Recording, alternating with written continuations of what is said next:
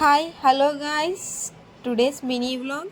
ఈరోజు మా పిల్లలందరూ కలిసి మాకు ఎగ్ ఫ్రై కావాలి అని అడిగారు. కాబట్టి మీకు నా స్టైల్లో ఎగ్ ఫ్రై ఎలా చేయాలో చూడండి. ఒక ప్యాన్ తీసుకొని అందులో సరిపడినంత ఆయిల్ వేసుకొని ఉప్పు, కారం, పసుపు వేసుకొని బాయిల్డ్ ఎగ్స్ తీసుకొని కొద్దిగా లైట్గా ఫ్రై చేసుకోండి. అటు ఇటు తిప్పుతూ 1 నిమిషం చాలు, 1 or 2 మినిట్స్ సరిపోతుంది. అటు ఇటు తిప్పుతూ దాన్ని ఫ్రై చేసేసి ఆ తరువాత ఆ ఎగ్స్ అన్నిటినీ ఒక ప్లేట్లో తీసుకొని సైడ్ పెట్టుకోవాలి.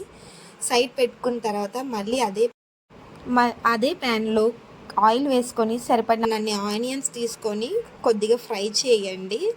ఆనియన్స్ని ఫ్రై చేయడం అయిపోయాక అందులో కొద్దిగా ఉప్పు, పసుపు, అల్లం వెల్లుల్లి పేస్ట్ వేసి బాగా తిప్పుతూ ఉండండి. ఆనియన్స్లో ఆ అల్లం వెల్లుల్లి పేస్ట్, ఆ పసుపు అదంతా స్మెల్ పోయేంత వరకు బాగా తిప్పుతూ ఒక 2 నిమిషాల పాటు తిప్పుతూ ఉండండి. ఆ తర్వాత ఆనియన్స్ కొద్దిగా fry అయ్యాలి.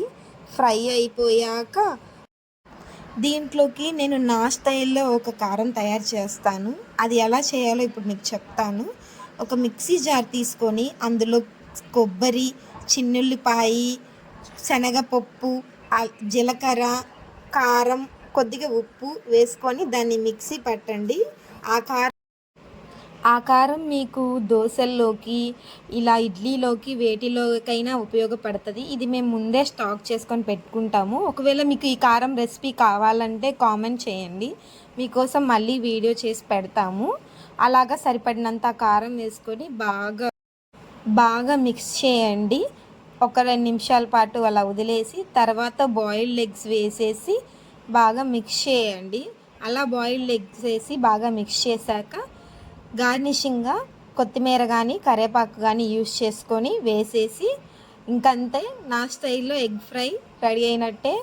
Please guys, do follow, like, share and subscribe the channel. Thank you guys. Subscribe మాత్రం చేయకుండా మర్చిపోవద్దు. Thank you guys.